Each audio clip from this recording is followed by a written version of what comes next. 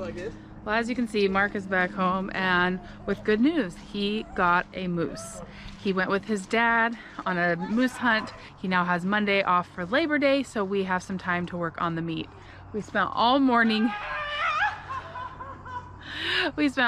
rearranging kids' bedrooms so that we can have a little bit better sleep schedule with everybody in their new school situations. We were having a little bit of a hard time, but now I did all of the moving around that I could while he was gone. I moved my office to a different room, and then he and the boys helped me do all the moving of beds today.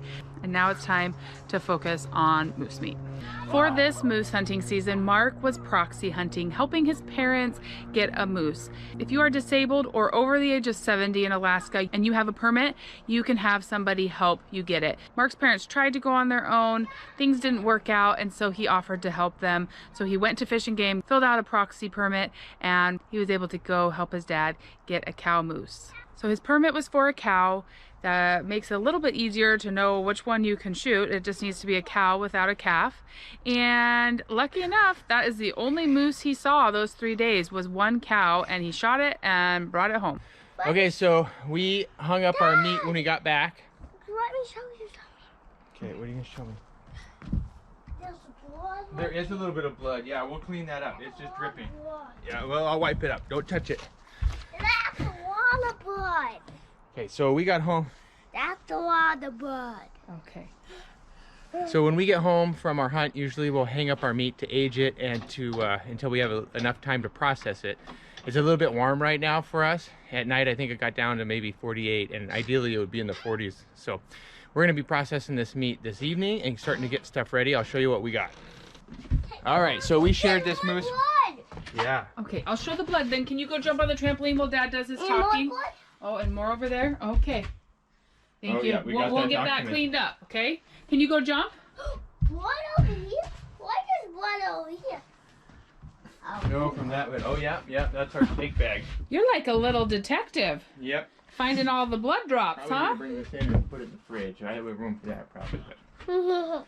So we hang the meat here in the shed for a couple reasons. One, it's in the shade, it's cool, and also we have bears in the neighborhood and other predators and birds and things, so we want it out of the way.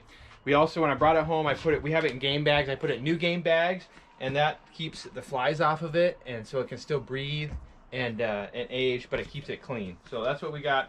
This is a bag of hamburger. That's probably like 45 pounds of hamburger meat. So that's like neck meat, side meat, other cuts. We'll grind those up. This over here is a back leg. This is the whole one of the back legs. We got a front leg, and then another bag over here is a bag full of steak. So loins, tenderloin, flank steak, and all that. So we're gonna grab one of these, and here I'm gonna grab this one, I think, and then we'll take it inside, start cleaning it and processing it. So. Why I can't do this? All right, so we have hooks up here in our shed, and we use them to hang meat every time it's cool enough. And then we clean up the floor after we're done, or sometimes if we're on top of things, we'll put down a bag like this. My what? Okay, yeah, you got a swinging door. All right, now that we have showed you where we store the meat, we will go inside and start the process of taking care of the meat. Now, if you saw our caribou hunting video, there's not going to be too much different than that, except for a moose is much bigger. Usually we have a whole moose to process. This time we are splitting the moose. I'm going to get attacked.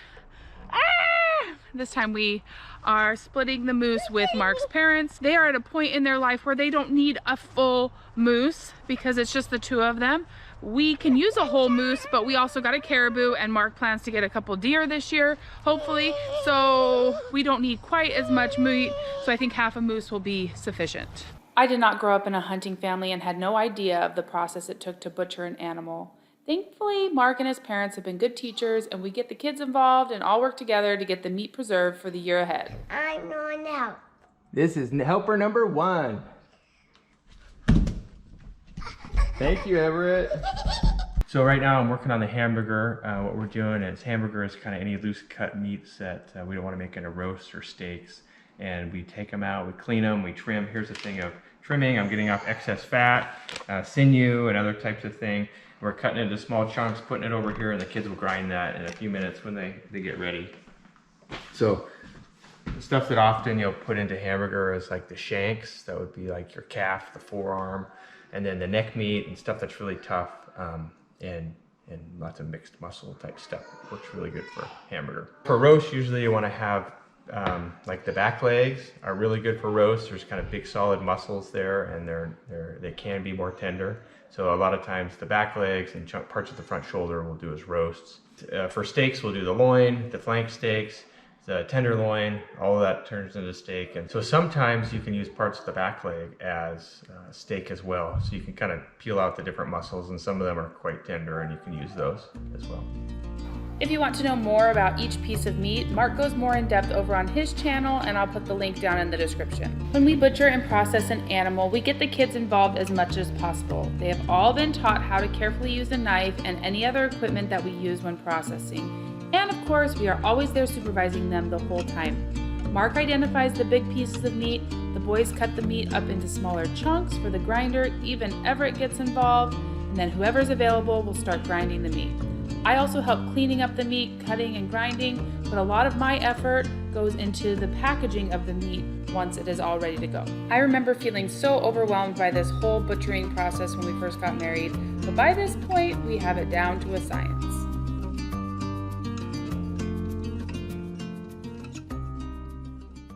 Okay, so this is all a front leg for the moose. There's a little bit of the bullet went through right here, so you can see a little bit of stuff we'll have to cut out and trim, but otherwise this is the front shoulder of the moose.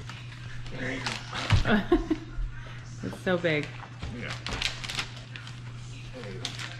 We've got the bone right here, and then that would be its front and shoulder.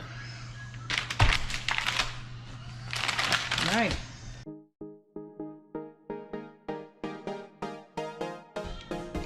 All right, we got a full container of ground meat. So I'm gonna start working on using this. Just recently, we started using this sausage stuffer we got off of Amazon to package our ground meat. These meat bags are perfect to label and stuff. It speeds up the process for us, and we feel like the meat stays great in the freezer. We do not use a vacuum sealer on any of our meat or fish, but are not opposed to trying out an industrial one someday. For now, this works just great, and isn't Everett just the best helper? I think this is the first year he is just like really wanting to be a part of this whole process, and he is taking his job real seriously.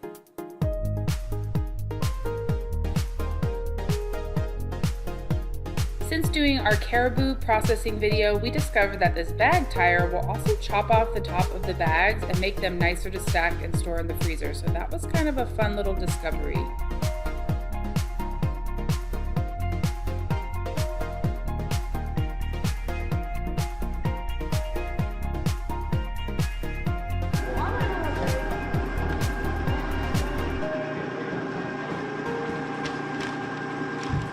Boys are out having a little treat. We got ice cream cones.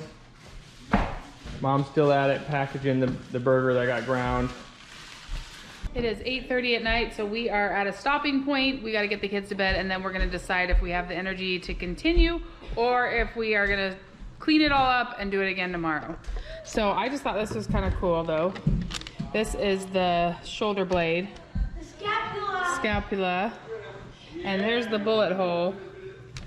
Oh, that's a huge bone. And then here is part of the front leg. Big giant bone. And Mark has a coworker that likes to feed these to his dogs, so. That's a huge bone. Bullet. Okay, it's 9:15 at night. We got the kids to bed, mostly. And Mark just brought in the back leg. And we're gonna show you how giant this is. You lift it up and show it off. It's like 60 pounds. More than that. So it's just like a big Solid meat. solid meat. There's the bone So- in there. I mean, they'll be like, you might, if you know beef cuts, there's top of the round, there's round steak in here, there's, so a lot of roasts and steaks and stuff in here. And then we'll grind up the rest in a burger. And we make a ton of stuff with but we just don't have time to do it all right now. So what we do is we freeze a bunch of the burger, and we'll come back later when we have time to make summer sausage and bratwurst and other things like that. All right, well, Mark is working on kind of cleaning that piece of meat up and getting some roasts. I'm gonna work on, we have some roasts over here from the front shoulder, and I'm gonna get these packaged up. We have this roll of waxed paper from Costco, freezer paper. I'm gonna use that to protect the meat. And we're just gonna keep working through, and then once we cut this up, we'll have some more grinding to do. Just in case you're wondering, when I package up the roasts, I use these Great Value extra large twist tie bags. I've just stock up on them at Walmart. They're super cheap, and that's what I put the roasts in before I put them in the wax paper. I ran out tonight and luckily had another package tucked away in the cabinet, so we were able to finish up those roasts.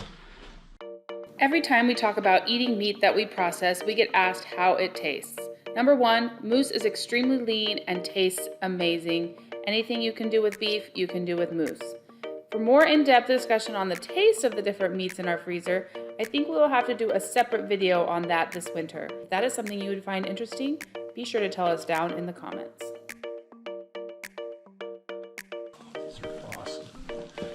I am cutting up the round of the back leg into big fat steaks. I love these. I love throwing these on the grill and eating these. Super lean. Look at this. It's like no fat. Super lean. And with this moose meat, when you're cooking it, you don't really want to cook it more than medium. Maybe it's yeah, unless you're pregnant or something, but otherwise it dries out really fast. You know, if you get it well done, you're not gonna, it just won't be savory. It's tough and there's just no fat in it. All right, Mark's working on this last big piece of meat. What is this gonna get cut into? I don't know. I'm tired. Probably roasts. I gotta see how tender it is. Maybe steak, but probably roasts. And then I've got to grind up this. That's what I'm going to do next.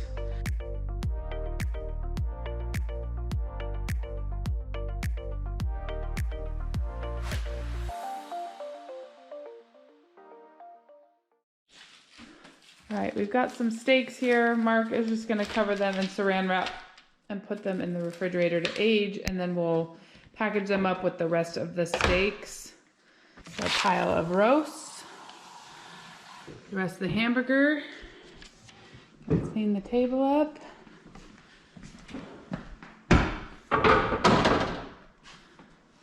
Mark's on dish duty. Although we are very tired, we are very glad that we pushed through. Half a moose is a lot more manageable than a full moose. And this was a cow, so Mark and I were just talking about how this cow was much smaller than like some of the mega bulls that we've gotten in the past. So it was a manageable amount. We just have to finish cleaning up, get everything in the freezer, and then we're done for a few days. Package up the steaks, and then we'll give you a tour of the freezer now after the caribou and after the moose. It is quite the difference from what it was a month ago.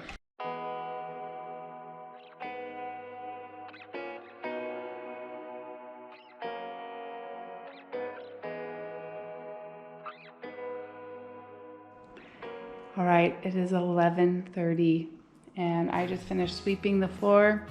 Mark is out in the freezer putting the meat in there. We hope you enjoyed coming along as we process this moose meat. We'll come back and show you the steaks in a few days when we package those up, and then we'll be done with this moose season. Yay! It's always a relief to just have the freezer full. I wanted to have this counter cleaned up for Mark, but this thing weighs like 1,000,000 pounds. Let's see if I can move it so that I can finish the counter.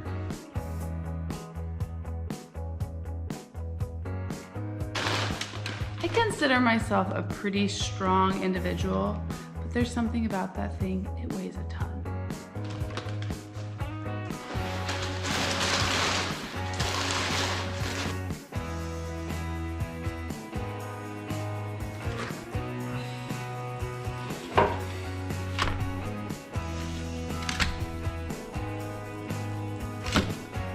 So right here we have the tenderloin. So we'll be cleaning this up a little bit and cutting it into steaks. Oh, that's so tender.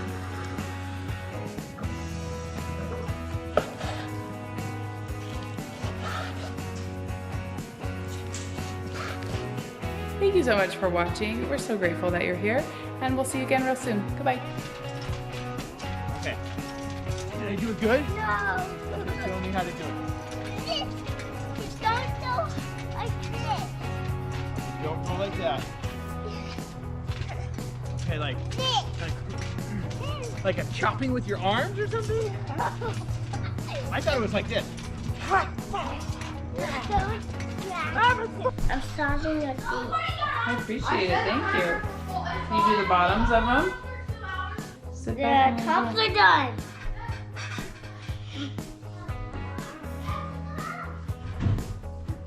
The side of your feet.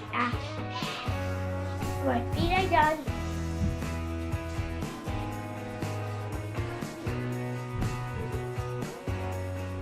Now do it back.